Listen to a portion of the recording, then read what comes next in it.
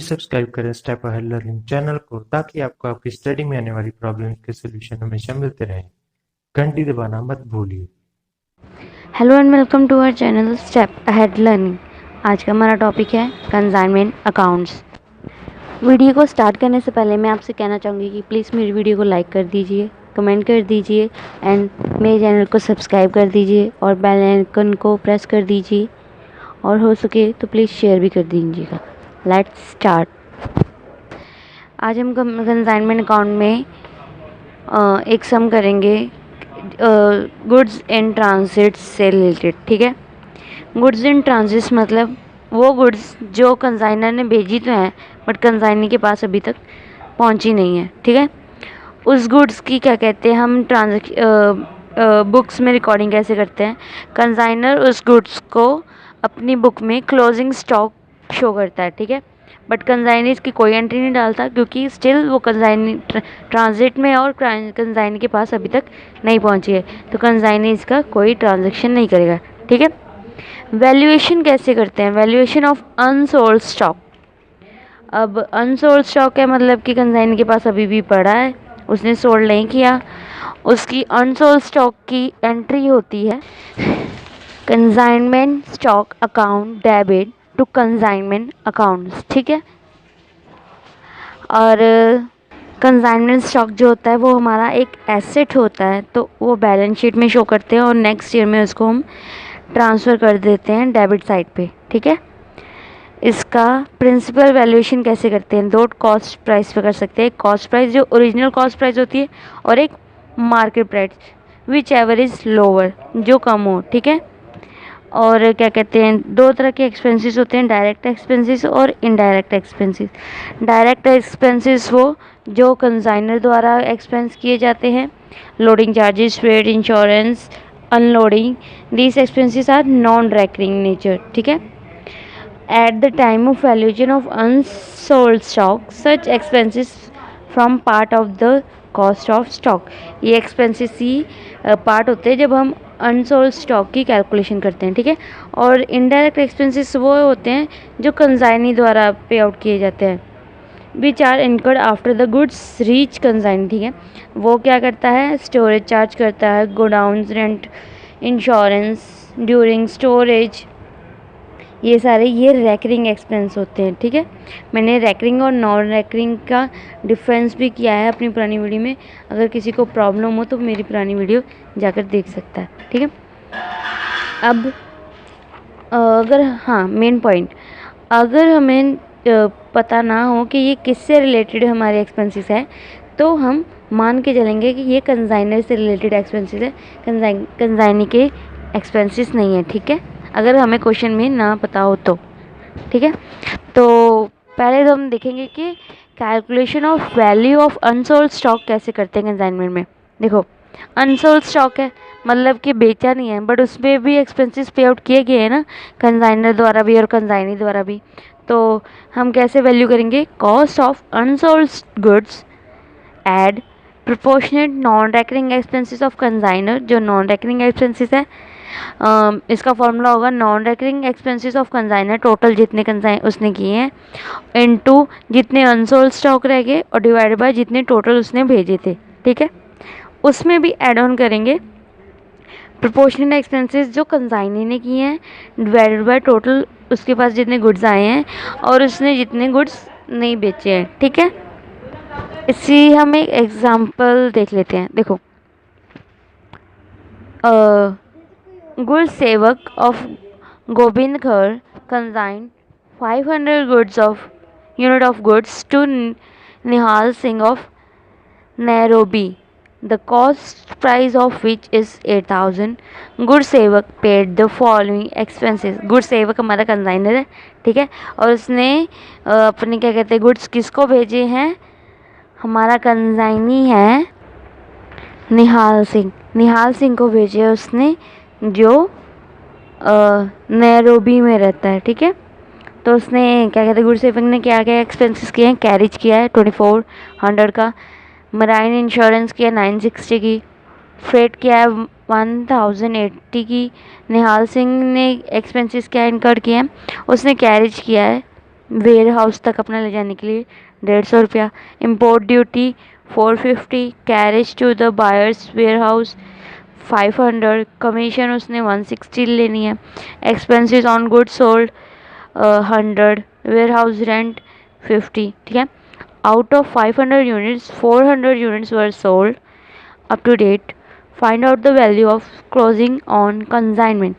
अब उन्होंने बोला है कि हमें वैल्यू फाइंड आउट करनी है कि क्लोजिंग स्टॉक के टाइम पे हमारी कितनी वैल्यू, मतलब कि अभी हमारी यूज़ नहीं हुई, हमारे 500 गुड्स भेजे थे, 4 हमारे सोल्ड हो चुके हैं, हमारे पास स्टिल कितना बचता है, 100 गुड्स बचते हैं और उसके मतलब कि कितने एक्सपेंसेस है वो भी टोटल आउट करने हैं हमने, ठीक है। इलस्ट्रेशन समझ रही ना। अब हम इसके अकॉर्डिंग अपना सम करेंगे, ठीक है। अब हम अपना सम स्टार्ट करते हैं। सबसे पहले हम देखेंगे कि एक्सपेंसेस किसने कितने कितने किए, ठीक है। Expenses mention from A to E, A से लेके ई तक जितने भी एक्सपेंसेस हैं, incurred in making the goods saleable at the consignee warehouse, ठीक है। ये सारे एक्सपेंसेस इसलिए किए ताकि वो गुड्स जो है वो सेलेबल हो सके, जो हमने कंसाइनी को भेजे उसके वेयर हाउस तक, ठीक है। टोटल कितने 2400 का उसने कैरेज, मेराइन इंश्योरेंस 960, फ्रेट 1080 के, एंड देन उसने क्या कहते हैं, अब कंसाइनी ने क्या किया है, कैरेज किया है 150 का एंड इम्पोर्ट ड्यूटीज़ किया 450। ये सारा हमने खर्चा किस पे किया है ताकि वो गुड्स सेलेबल हो सके, ठीक है। ये तो गुड्स से रिलेटेड हो गए खर्चे, और ये सेलेबल है तो मतलब कि ये सारे क्या कहते हैं किससे रिलेटेड है। 5040 हमारा टोटल इसका एक्सपेंस होता है, should be added to the cost of unsold stock in such portion that the unsold stock bears to the whole stock. मतलब कि हम जो हमारे गुड्स सोल्ड हो चुके हैं उसमें भी उतने ही पोर्शन में एक्सपेंसेस किए गए थे जितने अनसोल्ड स्टॉक में है। तो हम अब अपने अनसोल्ड स्टॉक में कितने एक्सपेंसेस कितने पोर्शन में है वो हम निकालेंगे, ठीक है। टोटल हमारे गुड्स थे 500 एंड गुड्स अनसोल्ड है हमारे 100, ठीक है। Proportion of unsold stock to whole stock 5:1 बनता है, ठीक है। और unsold stock is 1/5 of the total goods sent on consignment. हाँ, तो 1/5 है अनसोल्ड स्टॉक का, ठीक है। तो सबका हम एक्सपेंसेस का भी 1/5 कर लेंगे और जो गुड्स हमने मतलब कि जितने अमाउंट की गुड्स भेजी थी उसका भी 1/5 कर लेंगे, तो वो हमारी total of cost on consignment आ जाएगी। मतलब कि 8000 के हमने गुड्स भेजे थे, उसमें से हमारे कितने सोल्ड नहीं हुए, 1600 के गुड्स हमारे सोल्ड नहीं हुए, और उन 1600 पे हमने कितना एक्सपेंस किया था 1008, वो भी हमारा एक्सपेंस अभी उसमें प्लस आउट है, तो मतलब हमारा टोटल गुड्स कितना बचा है हमारे पास 2608, उसकी वैल्यू है 100 गुड्स की जो हमारे अभी सोल्ड नहीं हुए, ठीक है।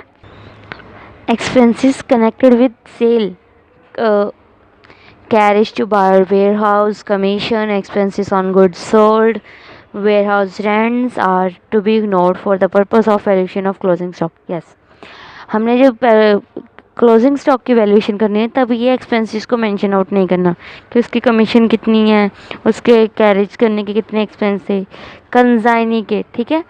क्योंकि ये अगर हमें रियल वैल्यू चाहिए तो उसके लिए इनको इग्नोर आउट करना पड़ेगा। नोट देखो, however, where details regarding the nature of expenses not given in the question, the expenses incurred by the consignor will be taken into account for valuation of closing stock. Expenses incurred by the consignee will be ignored, ठीक है। समझ आएगा note से कि अगर हमें detail expenses में question में बताया नहीं गया कि किसके एक्सपेंसेस हमने लेने तो हम कंसाइनर के लेके चलेंगे, कंसाइनी की नहीं, ठीक है। अनसोल्ड स्टॉक को कैलकुलेट करने का एक ऑल्टरनेट मेथड भी है, वो भी डिस्कस कर लेते हैं। आपको जो भी बेस्ट लगेगा आप उससे सम सॉल्व कर लीजिए, ठीक है। Cost of goods sents by consignor add all expenses incurred by consignor, जितने उतने गुड्स सेंड किए और उसने जितना क्या कहते खर्चा किया वो दोनों को प्लस आउट करेंगे और इन दोनों का टोटल निकाल लेंगे सी पार्ट में, ठीक है। Total cost of goods sent A plus B is equal to, ठीक है। उसके बाद फिर डी में less cost of goods not reach the city of consignee. D point में है कि जैसे कि जो कंसाइनी के पास जो गुड्स वो पहुंच नहीं पाते, like goods lost in transit के टाइम पे ही गुड्स लॉस्ट हो जाना, शिप का डूब जाना, या फिर शिप से कोई गड़बड़ी हो जाना उसकी वजह से लॉस्ट हो जाना, या फिर रोड पे कोई ट्रांजेक्शन डैमेज हो जाना, या फिर गुड्स स्टिल इन ट्रांजिट, या फिर अभी भी गुड्स स्टिल ट्रांजिट में ही है, पहुंची नहीं है कंसाइन के पास, ठीक है, वो लेस आउट कर देंगे हम। ई पॉइंट में cost of goods reach by the city of consignee, अगर गुड्स कंसाइनी के पास पहुंच गए तो सी में से डी पार्ट कट आउट होके हमारा ई पार्ट आएगा, ठीक है। उसमें फिर ऐड ऑन करेंगे non recurring expenses incurred bye consignee के एक्सपेंसेस भी इसमें ऐड ऑन होंगे, ठीक है। Cost of goods receive by consignee, जितने गुड्स उसको एक्चुअली में रिसीव्ड आउट हुए हैं, ई पार्ट में था कि जो कंसाइनी की सिटी तक पहुंच चुके हैं, ठीक है। बट जी पार्ट में है कि जो गुड्स एक्चुअल में उसको रिसीव्ड आउट हुए हैं, ई प्लस एफ, ठीक है, जो उसके सिटी में आया और उसने जो एक्सपेंसेस किए हैं वो प्लस करके हमारा जी पार्ट आया। अब लेस उसमें से करने एक्सपेक्टेड नॉर्मल लॉस जितना होगा, ओनली यूनिट्स को लॉस आउट करेंगे, ठीक है। फिर प्लस आउट करेंगे cost of goods available for cell, कितने गुड्स हमारे पास अवेलेबल हैं सेल के लिए, और cost of consignment unsold stock, unsold stock की कितनी वैल्यू है वो, ठीक है। तो इसका फॉर्मूला होगा हमारा cost of goods sold for sale, ठीक है, step 1 divide by quantity goods available for sale, step 1 का, into quality of unsold stock, step J, ठीक है, cost of goods unsold stock का, ठीक है, मतलब कितनी क्वांटिटी हमने नहीं सोल्ड की, कितनी हमारे पास अवेलेबल थी, और कितना हमने कितना खर्चा किया, cost of goods available for sale, ठीक है, कितना मतलब कितने खर्चा करके कंसाइनर ने कंसाइनी को गुड्स भेजे हैं, ठीक है। ये हमारा स्टेप 1 हुआ। मैंने आपको अनसोल्ड स्टॉक वैल्यूएशन करने के 2 मेथड बता दिए, आपको जो भी मेथड अच्छा लगता है आप उस मेथड से सम कर सकते हैं, ठीक है। वीडियो देखने के लिए थैंक यू। अगर कोई प्रॉब्लम आती है तो प्लीज़ कमेंट कीजिए, एंड प्लीज़ मेरे चैनल को सब्सक्राइब कर दीजिएगा। Thank you.